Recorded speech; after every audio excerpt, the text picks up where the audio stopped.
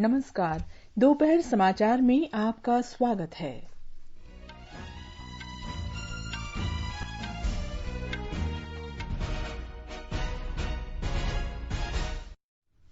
भारत और चीन के कोर कमांडर स्तर की बैठक में तय शर्तों के तहत चीनी सेना का गलवान घाटी में पीछे हटना शुरू। देश में कोविड-19 से स्वस्थ होने की दर लगभग 61% हुई। केरल की राजधानी तिरुवनंतपुरम में एक सप्ताह के लिए आज से ट्रिपल लॉकडाउन शुरू। कर्नाटक सरकार ने बुनकर सम्मान योजना की शुरुआत की। कोविड-19 के मद्देनजर उत्तराखंड में कांवड़ मेला स्थगित, श्रद्धालुओं से हरिद्वार न जाने का अनुरोध। राष्ट्र आज डॉक्टर श्यामा प्रसाद की जयंती पर उन्हें श्रद्धांजलि दे रहा है। प्रधानमंत्री नरेंद्र मोदी ने कहा, उनके विचारों और आदर्शों से करोड़ों देशवासी प्रेरित।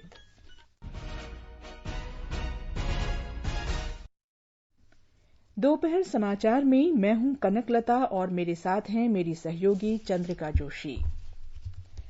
भारत और चीन के कोर कमांडरों की बैठक में हुई सहमति के अनुसार गलवान घाटी में चीन की सेना पीछे हटने लगी है।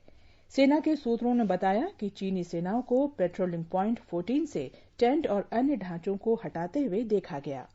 हमारे संवाददाता ने बताया है कि चीनी सेना के वाहनों की वापसी general area Galwan, hot spring और गोगरा में देखी गई। ये गतिविधियां 30 जून को चुशुल में कोर कमांडरों के बीच हुई सहमति के अनुसार है। सरकारी सूत्रों ने आकाशवाणी को बताया कि ये कार्य जारी है और उन्हें ये देखने के लिए सूर्यास्त तक का इंतजार करना होगा कि चीन के सैनिक कितनी दूरी तक वापस गए हैं। देश में अब तक 4,24,433 कोविड रोगी उपचार के बाद स्वस्थ हो चुके हैं। पिछले 24 घंटे में इस वायरस से 15,350 रोगी ठीक हुए हैं। स्वस्थ होने की दर लगभग 61% हो गई है। स्वास्थ्य मंत्री हर्षवर्धन ने आकाशवाणी से विशेष बातचीत में कहा कि भारत में कोविड से स्वस्थ होने वालों की दर कई विकसित देशों से ज्यादा है।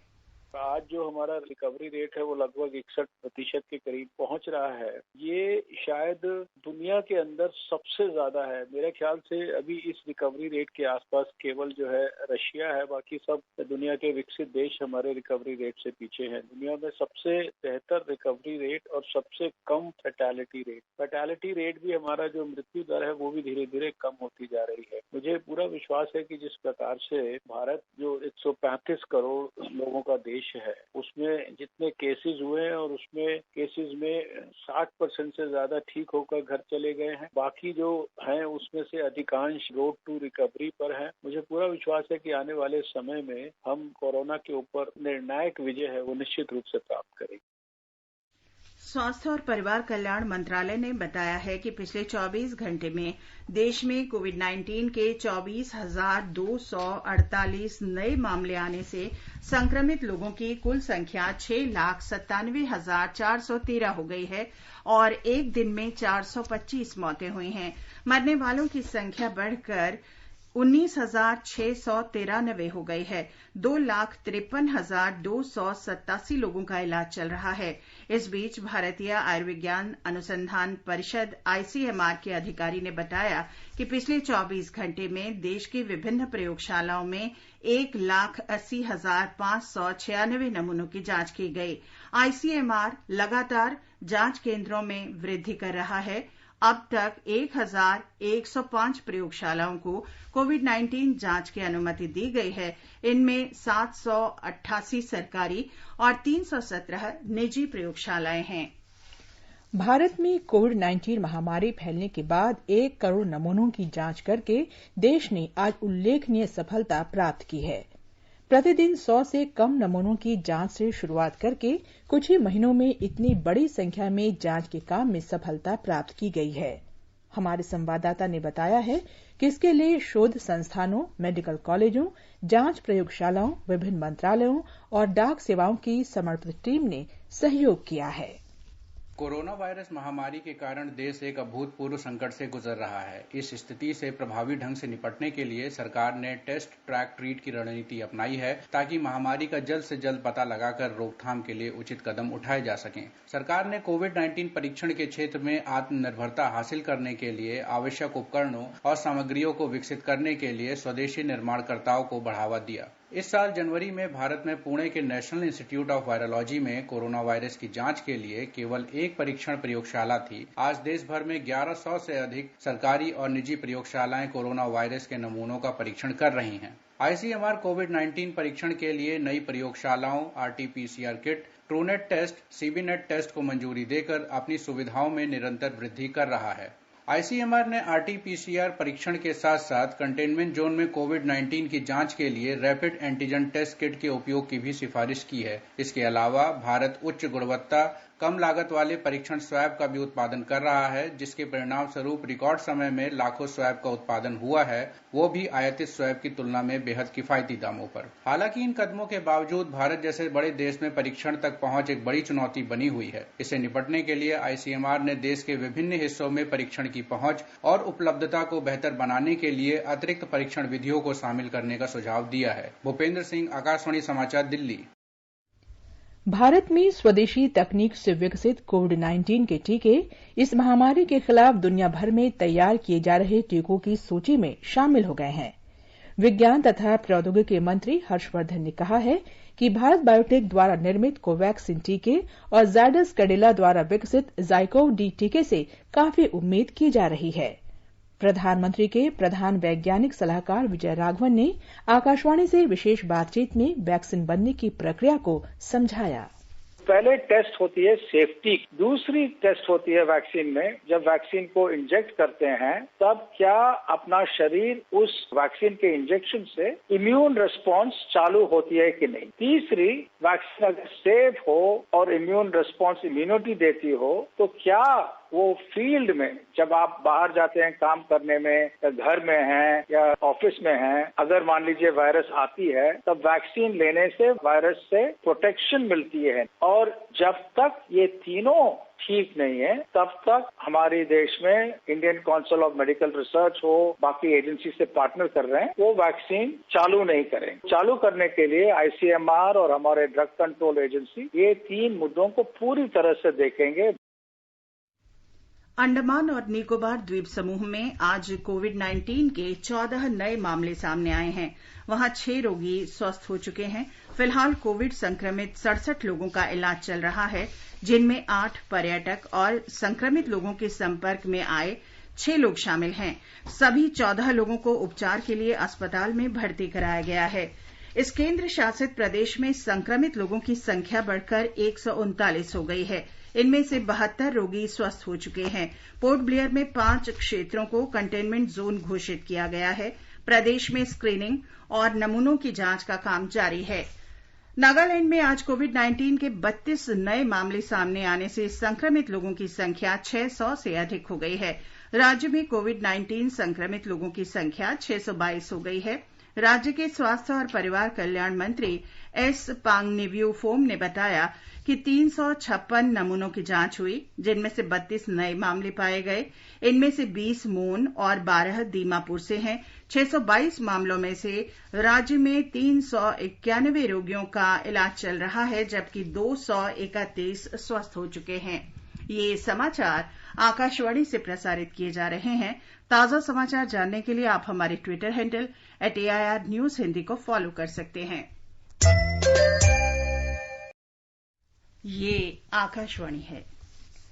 केरल की राजधानी तिरुवनंतपुरम में आज से 1 सप्ताह के लिए ट्रिपल लॉकडाउन फिर शुरू किया गया है।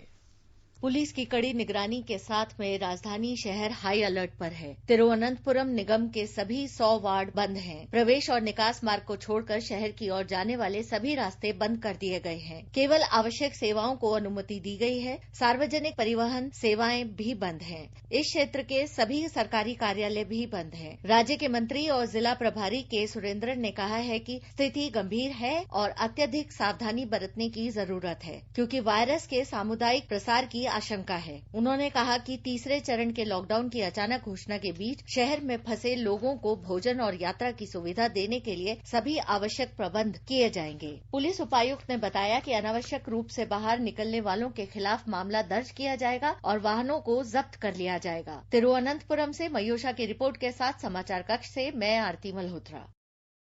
तमिलनाडु में मदुरई में क्वारंटीन किए गए लोगों के लिए सामुदायिक रसोई शुरू की गई है। राज्य के राजस्व मंत्री उदया कुमार ने आज इस रसोई का निरीक्षण किया। मदुरई में इस महीने की 12 तारीख तक पूर्ण लॉकडाउन लगाया गया है। जिले में कोरोना के 238 नए मामलों का पता चला है। अरुणाचल प्रदेश की राजधानी ईटानगर में आज शाम 5 बजे से एक सप्ताह के लिए पूर्ण लॉकडाउन लागू हो जाएगा। राजधानी क्षेत्र में कोरोना के बढ़ते मामलों को देखते हुए यह निर्णय लिया गया है। रविवार को राज्य में कोविड-19 के 10 नए मामलों का पता चला। इसे मिलाकर राज्य में कोरोना से संक्रमित होने वाले लोगों की संख्या बढ़कर 269 हो गई है, जिनमें से 78 लोग उपचार के बाद ठीक हो गए हैं। राज्य में कोरोना से एक व्यक्ति की मृत्यु हुई है। दिल्ली के छतरपुर में कल 10,000 बिस्तर वाले सरदार पटेल कोविड देखभाल केंद्र का उद्घाटन किया गया। राधा स्वामी सत्संग व्यास परिसर में स्थित ये केंद्र दुनिया में अपनी तरह का सबसे बड़ा केंद्र है। ये मामूली या बिना लक्षण वाले कोरोना वायरस मरीजों के लिए है। गृह मंत्री अमित शाह, रक्षा मंत्री राजनाथ सिंह और स्वास्थ्य मंत्री डॉक्टर हर्षवर्धन ने कल इस केंद्र का दौरा किया। रक्षा मंत्री राजनाथ सिंह ने कम समय में ये केंद्र तैयार करने की सराहना की। Ministry of home affairs, Tata sons, industries और कई ऑर्गेनाइजेशंस के सहयोग से ये कोरोना मरीजों के लिए एक टेम्पररी हॉस्पिटल बना है। सबसे बड़ी विशेषता ये है कि इसको 12 दिन के अंदर ही तैयार किया है। लगभग 250 से अधिक इंटेंसिव केयर यूनिट्स यहाँ पर, वेंटिलेटर्स, ऑक्सीजन और अन्य सारी सुविधाएं तो यहाँ पर उपलब्ध हैं ही। WHO की जो भी गाइडलाइंस हैं, उन गाइडलाइंस को ध्यान में रखते हुए ही इस टेम्पररी हॉस्पिटल का निर्माण किया गया है। दिल्ली के मुख्यमंत्री अरविंद केजरीवाल ने कहा है कि राष्ट्रीय राजधानी में प्लाज्मा की मांग उसकी आपूर्ति से कहीं अधिक है। आज नई दिल्ली में मीडिया से बातचीत में उन्होंने बताया कि रोगियों पर किए गए परीक्षणों से पता चला है कि कोरोना के इलाज में प्लाज्मा बहुत उपयोगी रहा।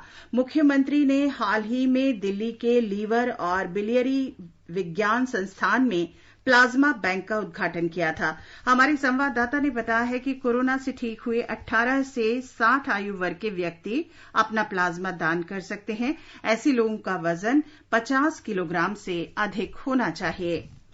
महाराष्ट्र सरकार मास्क और सैनिटाइजर्स का अधिकतम मूल्य निर्धारित करने पर विचार कर रही है। इस बारे में जल्द ही एक अधिसूचना जारी की जाएगी। सरकार ने पहले ही कोविड मरीजों को ले जाने वाली एम्बुलेंस और उनका इलाज करने वाले अस्पतालों का अधिकतम शुल्क निर्धारित कर दिया है। इस बीच मुख्यमंत्री उद्धव ठाकरे आज एक महाजॉब पोर्टल का उद्घाटन करेंगे। हमारी संवाददाता ने बताया है कि ये पोर्टल स्थानीय बेरोजगारों को रोजगार उपलब्ध कराने में सहायक होगा। तालाबंदी शिथिल होने के बाद राज्य में 65,000 उद्योग शुरू हो चुके हैं। साथ ही हाल ही में राज्य सरकार ने देश और विदेश की विभिन्न कंपनियों के साथ 17,000 करोड़ रुपए के समझौते करार भी किए हैं। इसके अलावा राज्य सरकार ने नए उद्योग शुरू करने के लिए लाइसेंस जारी करना भी शुरू कर दिया है। ऐसी स्थिति में उद्योग क्षेत्र में कुशल, अर्धकुशल और अकुशल श्रमिकों की मांग बढ़ गई है, जबकि दूसरी ओर कोरोना संक्रमण के कारण कई श्रमिक अपने गांव लौट गए हैं। ऐसे में राज्य सरकार द्वारा शुरू महाजॉब पोर्टल के जरिए राज्य के उद्यमों के लिए जरूरी लोग मिलने के साथ यहाँ के स्थानिक लोगों को भी रोजगार मिलने की उम्मीद है। ऐसे प्रत्याशियों को अपनी जानकारी महाजॉब्स पोर्टल पर अपलोड करनी होगी। पंजीकृत होने पर विभिन्न कंपनियां उन्हें नौकरी के अवसर प्रदान करेंगी। माधुरी पांगे, आकाशवाणी समाचार, मुंबई। आगे बढ़ने से पहले मुख्य समाचारों पर एक नजर। भारत और चीन के कोर कमांडर स्तर की बैठक में तय शर्तों के तहत चीनी सेना का गलवान घाटी में पीछे हटना शुरू। देश में कोविड-19 से स्वस्थ होने की दर लगभग 61% हुई। केरल की राजधानी तिरुवनंतपुरम में एक सप्ताह के लिए आज से ट्रिपल लॉकडाउन शुरू। कर्नाटक सरकार ने बुनकर सम्मान योजना की शुरुआत की। कोविड-19 के मद्देनजर उत्तराखंड में कांवड़ मेला स्थगित, श्रद्धालुओं से हरिद्वार न जाने का अनुरोध। राष्ट्र आज डॉक्टर श्यामा प्रसाद मुखर्जी की जयंती पर उन्हें श्रद्धांजलि दे रहा है। प्रधानमंत्री नरेंद्र मोदी ने कहा, उनके विचारों और आदर्शों से करोड़ों देशवासी प्रेरित। Air India Vande Bharat mission के अंतर्गत अमेरिका और भारत के बीच 11 जुलाई से 19 जुलाई के दौरान 36 उड़ानें संचालित करेगी। एक बयान में एयर इंडिया ने कहा है कि टिकटों की बुकिंग आज शाम 8 बजे से केवल एयर इंडिया की वेबसाइट पर की जा सकती है। नागरिक विमानन मंत्री हरदीप सिंह पुरी ने कहा है कि कल तक देश में 78,000 यात्री 1600 से अधिक घरेलू उड़ानों का उपयोग कर चुके थे। एक ट्वीट में उन्होंने कहा कि करीब 1,60,000 यात्रियों ने कल देश के विभिन्न हवाई अड्डों का उपयोग किया। उत्तराखंड में पुलिस ने कोविड-19 के मद्देनजर कांवड़ मेला स्थगित करने की सूचना जारी की है और श्रद्धालुओं से हरिद्वार जिले की सीमाएं सील किए जाने के कारण वहां नहीं जाने का अनुरोध किया है। इससे पहले हरिद्वार के जिलाधिकारी सी रविशंकर ने कहा कि प्रतिबंध के बावजूद जो भी श्रद्धालु कांवड़ यात्रा में भाग लेने के लिए हरिद्वार पहुंचेंगे तो उन्हें उनके निजी खर्च पर 14 दिन के लिए क्वारंटीन में रखा जाएगा। हमारे संवाददाता ने बताया है कि शहर में श्रद्धालुओं के प्रवेश को रोकने के लिए जिला प्रशासन कड़ी निगरानी कर रहा है। उत्तराखंड सरकार ने कहा है कि इस वर्ष कांवड़ यात्रा संभव नहीं है और गंगाजल हर की पौड़ी से ही एकत्र किया जाएगा तथा उसे सभी राज्यों में श्रद्धालुओं के लिए भेजा जाएगा।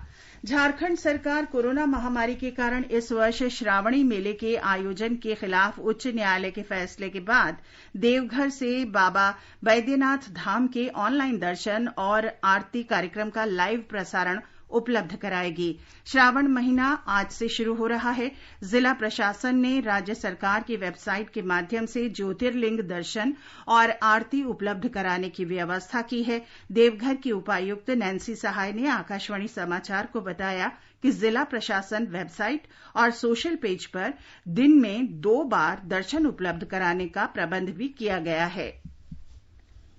आकाशवाणी का समाचार सेवा प्रभाग विशेषज्ञों की राय श्रृंखला में कोविड-19 महामारी के बारे में जाने माने चिकित्सा विशेषज्ञों की सलाह प्रस्तुत करता है। इस श्रृंखला में अखिल भारतीय आयुर्विज्ञान संस्थान एम्स के निदेशक डॉ रणदीप गुलेरिया ने कोविड-19 संक्रमण की रोकथाम के लिए लोगों को सुरक्षित दूरी बनाए रखने और साफ सफाई का कड़ाई से पालन करने की सलाह दी है। Regular hand washing should be done. So those who in an area where there is coronavirus infection should wash their hands regularly. You should avoid going to crowded places because if someone in the crowd is coughing and has the infection, he can spread to others in the crowded places. And if any member in your family has fever, cough, cold, he should stay at home and avoid going out so that he doesn't spread the infection to other people in the community. Akhil Bharatiya Ayurvigyan संस्थान में medicine के विभाग अध्यक्ष doctor Anant Mohan ने लोगों को बिना चिकित्सक के सुझाव के हाइड्रोक्सीक्लोरोक्विन या मलेरिया रोधी दवाएं न लेने की सलाह दी है। Please do not take medicines such as azithromycin, other antibiotics, antivirals or hydroxychloroquine or other antimalarials without a proper prescription by a doctor. Do not self-medicate. Akashvani का समाचार सेवा प्रभाग अपने फोन इन कार्यक्रम में कोविड-19 पर विशेष परिचर्चा प्रसारित करता है।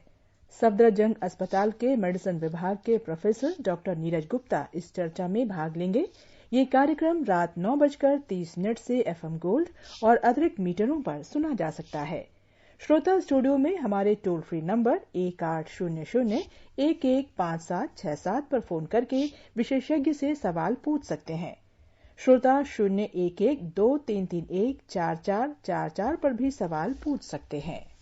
कार्यक्रम हमारी वेबसाइट newsonair.com और हमारे YouTube channel news on AIR official पर भी उपलब्ध रहेगा।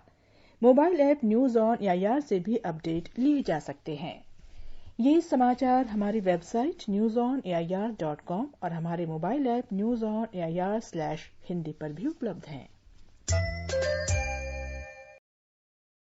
दोपहर समाचार में आपका फिर स्वागत है। कर्नाटक के मुख्यमंत्री बीएस येडियुरप्पा ने आज बुनकर सम्मान योजना की शुरुआत की है। इस योजना के अंतर्गत राज्य के 19,744 हथकरघा बुनकरों को प्रत्यक्ष अंतरण लाभ के माध्यम से प्रतिवर्ष 2,000 रुपए की वित्तीय सहायता दी जाएगी। राज्य सरकार ने इस योजना के लिए 10 करोड़ 96 लाख रुपए निर्धारित किए हैं। सेवा बंधु सॉफ्टवेयर के माध्यम से 40,634 बुनकरों का पंजीकरण किया गया है। इनमें से 37,314 आवेदनों को वित्तीय सहायता के लिए मंजूरी मिल चुकी है।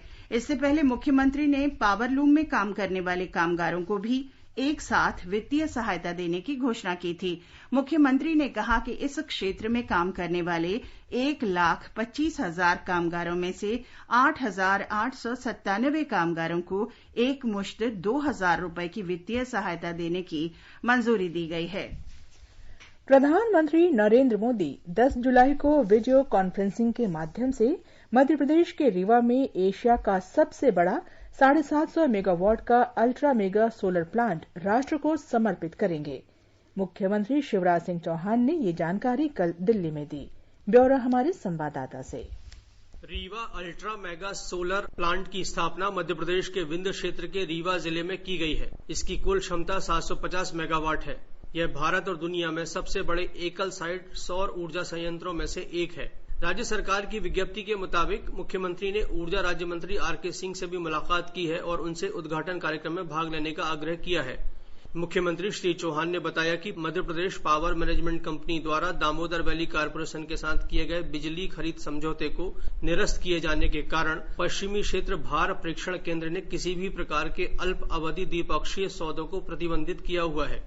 यह विषय विद्युत अपीलीय न्यायाधिकरण में विचाराधीन है। इसलिए उन्होंने आग्रह किया कि निर्णय आने तक अल्प अवधि द्विपक्षीय सौदों को ऊर्जा खरीदे के लिए मान्य किया जाए। केंद्रीय ऊर्जा राज्य मंत्री ने रीवा अल्ट्रा मेगा परियोजना के कार्यक्रम में शामिल होने पर सहमति देते हुए अन्य विषयों पर हर संभव सहायता देने का आश्वासन दिया है।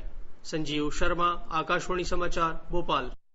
उत्तर प्रदेश में कल एक ही दिन में 25 करोड़ से अधिक पौधे लगाने का कीर्तिमान स्थापित किया गया। एक रिपोर्ट।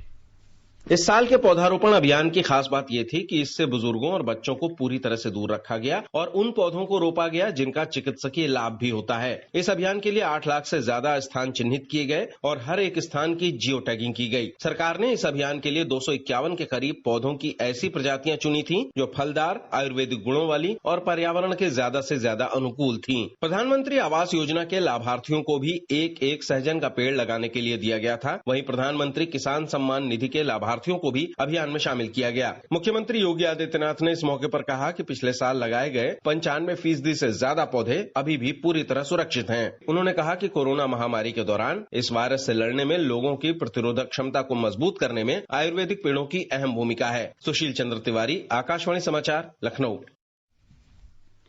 रेलवे अपने यहां वर्ष 2030 तक कार्बन उत्सर्जन को पूरी तरह समाप्त कर देगी। इस उद्देश्य को हासिल करने के लिए खाली पड़ी भूमि पर नवीकरणीय ऊर्जा परियोजनाएं लगाई जाएंगी। रेलवे ने कई सौर ऊर्जा परियोजनाओं से बिजली खरीदने की शुरुआत कर दी है, जिनमें रायबरेली स्थित मॉडर्न कोच फैक्ट्री में स्थापित 3 मेगावाट का सौर ऊर्जा संयंत्र शामिल है। इसके अलावा मध्य प्रदेश में बीना में 1.7 मेगावाट क्षमता का एक सौर ऊर्जा संयंत्र भी लगाया जा रहा है, जो 15 दिन में चालू हो जाएगा।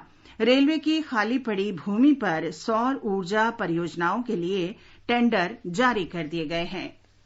राष्ट्र आज श्यामा प्रसाद मुखर्जी को उनकी 119वीं जयंती पर श्रद्धांजलि अर्पित कर रहा है।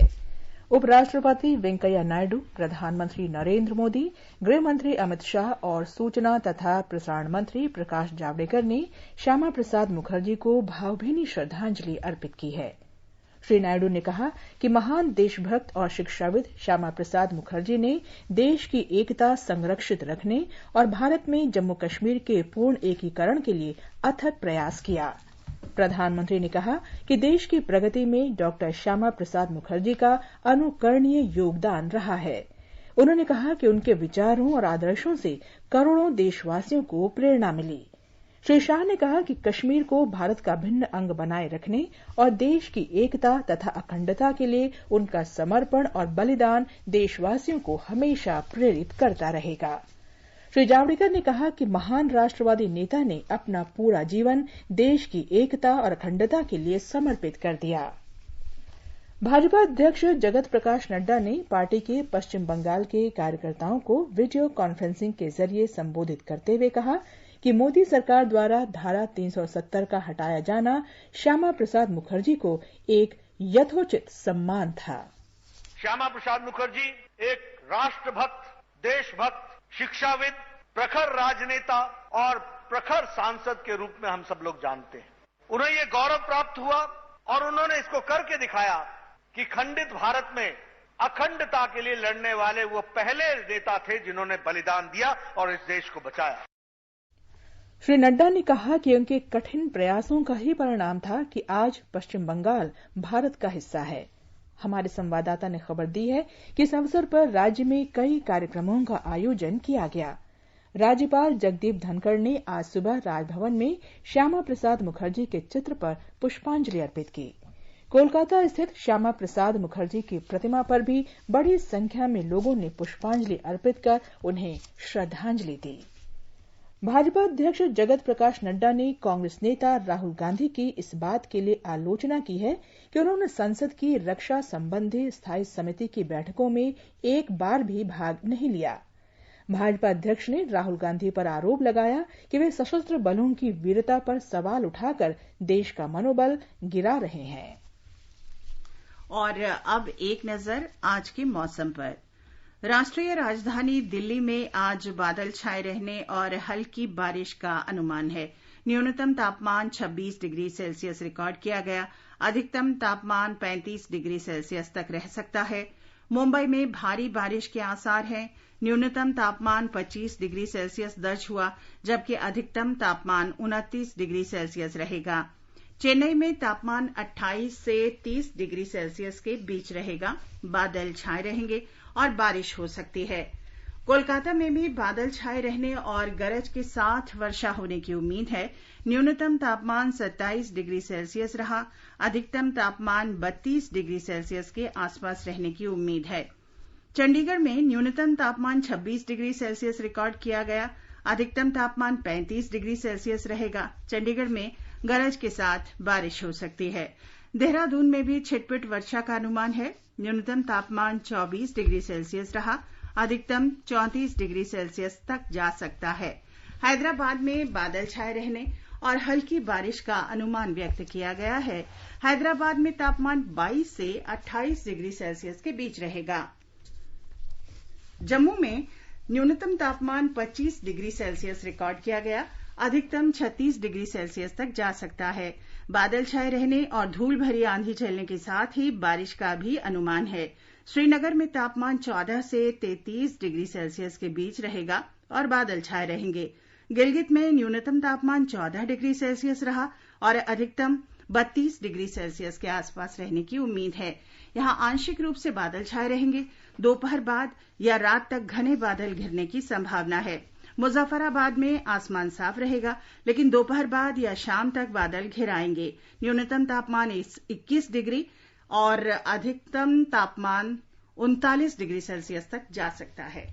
गुजरात के कई हिस्सों में पिछले 24 घंटों के दौरान वर्षा होने की खबर है। जामनगर, देवभूमि, द्वारका और सौराष्ट्र के तटीय जिले पोरबंदर में भारी वर्षा हुई है। हमारे संवाददाता ने बताया है कि अहमदाबाद शहर में भी आज सवेरे हल्की बारिश हुई। आधिकारिक सूत्रों के अनुसार राज्य के 173 तालुकाओं में रविवार को व्यापक वर्षा रिकॉर्ड की गई। इनमें से 92 तालुकाओं में 25 मिलीमीटर से अधिक वर्षा हो चुकी है। देवभूमि द्वारका जिले के खंभालिया में सबसे अधिक 487 मिलीमीटर बारिश गिरने से बाढ़ जैसे हालात बन गए हैं। पोरबंदर जिले के राणावाव और देवभूमि द्वारका जिले के कल्याणपुर और द्वारका में भी 275 मिलीमीटर से अधिक बारिश रिकॉर्ड की गई। सूत्रापाड़ा, विसावदर और कुतियाना में 200 मिलीमीटर बारिश रिकॉर्ड की गई। कल राजकोट के पास बाढ़ के पानी में एक पिकअप वैन बह जाने से 2 लोग लापता बताए जा रहे हैं। सौराष्ट्र के भारी वर्षा वाले क्षेत्रों में एनडीआरएफ के 4 दल भेजे गए हैं। योगेश पंड्या, आकाशवाणी समाचार, अहमदाबाद। अंत में मुख्य समाचार एक बार फिर। भारत और चीन के कोर कमांडर स्तर की बैठक में तय शर्तों के तहत चीनी सेना का गलवान घाटी में पीछे हटना शुरू। देश में कोविड-19 से स्वस्थ होने की दर लगभग 61% हुई। केरल के राजधानी तिरुवनंतपुरम में एक सप्ताह के लिए आज से ट्रिपल लॉकडाउन शुरू। कर्नाटक सरकार ने बुनकर सम्मान योजना की शुरुआत की। कोविड-19 के मद्देनजर उत्तराखंड में कांवड़ मेला स्थगित। श्रद्धालुओं से हरिद्वार न जाने का अनुरोध। राष्ट्र आज डॉक्टर श्यामा प्रसाद मुखर्जी की जयंती पर उन्हें श्रद्धांजलि दे रहा है। प्रधानमंत्री नरेंद्र मोदी ने कहा, उनके विचारों और आदर्शों से करोड़ों देशवासी प्रेरित। इसके साथ ही दोपहर समाचार का ये अंक समाप्त हुआ। नमस्कार।